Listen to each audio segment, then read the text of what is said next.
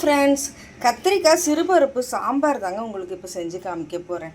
இது இட்லி, தோசை, பொங்கல் இது கூட வச்சு சாப்பிட ரொம்ப அருமையாக இருக்குங்க.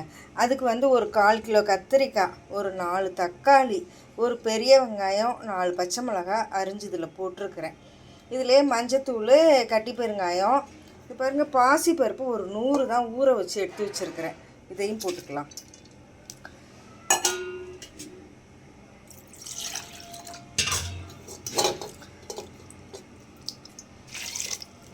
இதையும் போட்டுட்டு பாருங்கள், பெருங்காயத்தூள் எல்லாம் போட்டு கொஞ்சம் மஞ்சத்தூளும் போட்டு ஒரு 3லேருந்து 4 விசில் வச்சு எடுத்துக்கலாம்.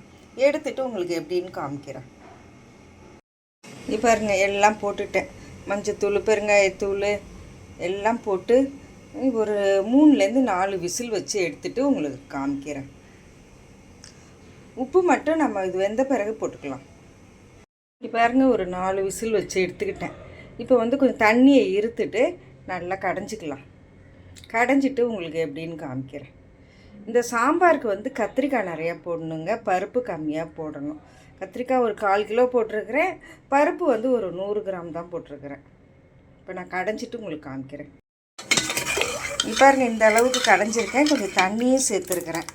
இப்போ நம்ம தாளிப்பு போட்டு விட்டுறலாம். இப்போ கடுகு, உளுந்து, ஜீரகம், காஞ்ச மிளகாய் ஒரு 4 கிள்ளி வச்சுருக்கேன். ஏன்னா காரத்துக்கு இதுதான், காஞ்ச மிளகாயும் பச்சை மிளகாயும் தான்.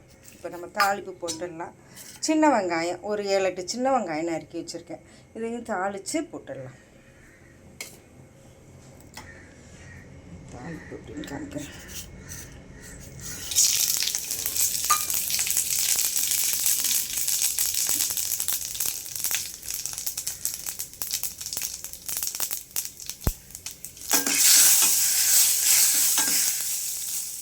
எடுத்துச்சு. இப்போ சின்ன வெங்காயத்தையும் போட்டு, சின்ன வெங்காயம், கருவேப்பிலை போட்டு வதக்கி அதில் கொட்டி சும்மா ஒரே ஒரு கொதி இருந்தால் போதும். இந்த சாம்பார் ரொம்ப நல்லாயிருக்குங்க. இட்லி, தோசை, பொங்கல் கூட எல்லாம் வச்சு சாப்பிட ரொம்ப அருமையாக இருக்கும். வதங்கட்டும்.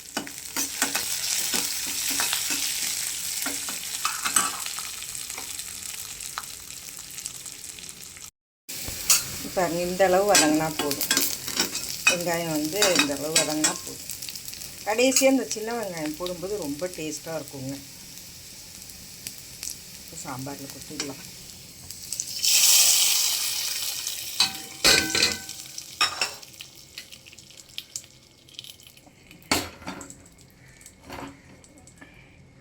சாம்பார் சும்மா ஒரு கொதி கொதிச்சிடணும். கொத்தமல்லியை தூவி இறக்கிடலாம். ஒரு கொதி வரட்டும்.